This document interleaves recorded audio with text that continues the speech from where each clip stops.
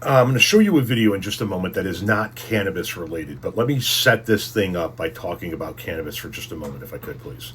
Let me just quarterback this thing. I have been consuming cannabis since the age of 13. This year will mark 41 years since I first started consuming cannabis. I frequently get asked by folks who know that I'm a huge proponent of and advocate for cannabis consumption and legalization, why do you do this? Why do you consume cannabis? And there are a number of different reasons why I specifically there are a million reasons why people in general consume cannabis, but the reasons why I do are A, I like the way it makes me feel. Everybody has their way of getting altered, elevated, buzzed, whatever it is you want to call it. I don't like what alcohol does to my body, and I like what cannabis does to my body, so I consume cannabis instead of alcohol.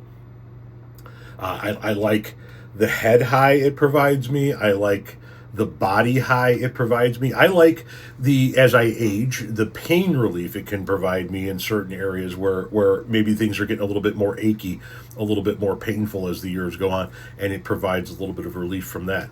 But one of the biggest reasons in my adult life why cannabis consumption for me specifically has been a key component of my life, and why I'm a huge proponent of legalizing cannabis, is because it helps me. And I'm being very serious when I say this. I'm not trying to be facetious or joke or get a giggle out of you.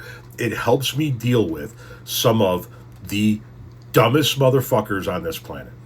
Some of the people who, when you meet them and you hear them speak for a moment, you feel sorry for their dog, because that dog is trapped in that relationship. The kind of people who, after you get done hearing them speak, you wonder how they know how to wipe their own ass. Case in point.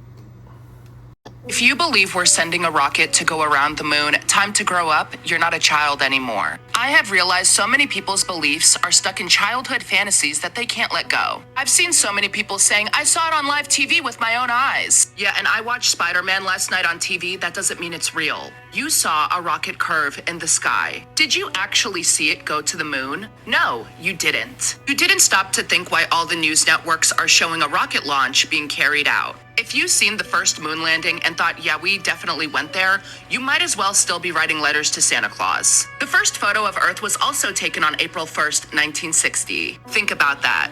Also, have you even looked into the origins of NASA and Jack Parsons? Also, Wernher von Braun, the so-called father of rocket science, had Psalm 19:1 written on his tombstone. The heavens declare the glory of God, and the firmament showeth his handiwork. Why would someone so involved with NASA put that there? Why do 80 million taxpayer dollars a day go to NASA? Why pick April Fool's Day to basically show this to the world? Imagine we're just in an endless vacuum called space. Like we're just a speck of dust, just insignificant, and everything happened by chance with no purpose. Anyways, I enjoyed the April Fool's joke. I'll stick with my tinfoil hat. And if you're still asleep, keep staring at the sky. That's exactly where they want you looking. No, yes, that was all batshit crazy. But I found a few things rather interesting. She talked about clinging to childhood fantasies or whatever it is she said there at the beginning, and talked about how they want you to look to the skies, and just because you saw something doesn't mean it's real. Did you actually see the rocket go to the moon? Did you actually see the men land on the moon? And she does all of this with this cross around her neck. She does all of this with this cross in her bio. So forgive me, but you're going to be the one that talks about other people clinging to childhood fantasies? You're going to be the one that talks about organizations that want you looking to the skies? You're going to talk about people not actually witnessing something, just telling other people that it happened? Did you witness the resurrection of Christ? Did you witness the creation of our planet? No, you didn't. None of us got to witness a lot of things because we weren't around when it happened. I wasn't alive when we first landed on the moon, but I have been to the Johnson Space Center, and not just on the regular tour. I have a friend who is a flight director, former astronaut and flight director. Guy spent 6 fucking months on the International Space Station. It's real. It's real. What's not real is the story behind that cross on your neck. What's not real is that an all powerful being created everything and now we're human beings. In my opinion.